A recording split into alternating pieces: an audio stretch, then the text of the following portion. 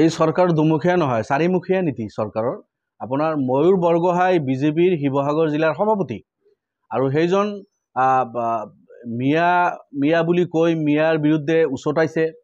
তেখেতৰ farm house না তেখেতৰ কি ক'ত কাম কৰি আছিল 15জন মানুহ সেইসকলক মাৰপিট কৰিছে।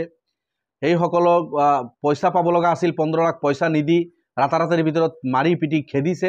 বৰপেটা আৰু গোৱালপাৰাৰ আছিলে এই লেবাৰখিনি। তেখেতসকলে আহি ইয়াতে FIR কৰিছে, সময়মতে FIR লোৱা নাছিল।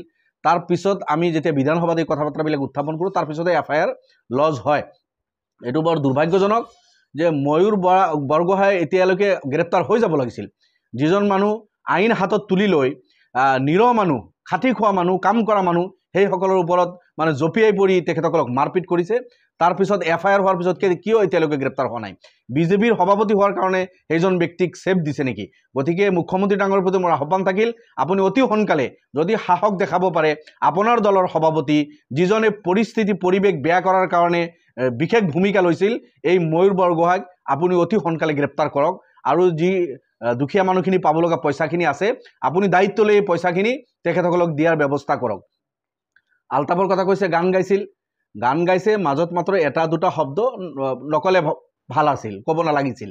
দুটা বাক্য, এই দুটা বাক্যৰ কাৰণে তথাপি খেদ প্ৰকাশ কৰিছে এই ল'ৰাজনে ভুল হৈ যোৱা বুলি। তাৰ পিছতো গ্ৰেপ্তাৰ কৰা হৈছে।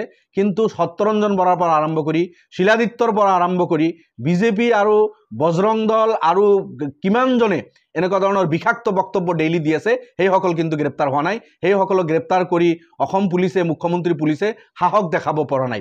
গতিকে সাহস আছে যদি সেইসকলকে গ্ৰেপ্তাৰ কৰক যিসকলে ডেইলি বিষাক্ত বক্তব্য দি আছে মুছলমানৰ বিৰুদ্ধে, মিয়া সম্প্ৰদায়ৰ বিৰুদ্ধে, এটা জনগোষ্ঠীক টাৰ্গেট কৰি সাম্প্ৰদায়িক বক্তব্য বিয়পাই পৰিস্থিতি বেয়া কৰাৰ চেষ্টা কৰি আছে। সেইসকলক গ্ৰেপ্তাৰ কৰা সাহস দেখক। আৰু বিশেষভাৱে ময়ূৰ বৰগোহাঁই যিজন কৰ্মচাৰী শ্ৰমজীৱীসকলক পইচা আত্মসাৎ কৰাৰ অভিযোগ উঠিছে, শ্ৰমজীৱীসকলক মাৰি পিটি খেদিছে, FIR হৈছে, অতি সোনকালে এইজন ব্যক্তি গ্ৰেপ্তাৰ হ'ব লাগে। বিধানসভাত এই কথাটো আমি উত্থাপন কৰিছিলোঁ আৰু আজি আপোনালোকৰ যোগেদি মুখ্যমন্ত্ৰীক আহ্বান জনাইছোঁ।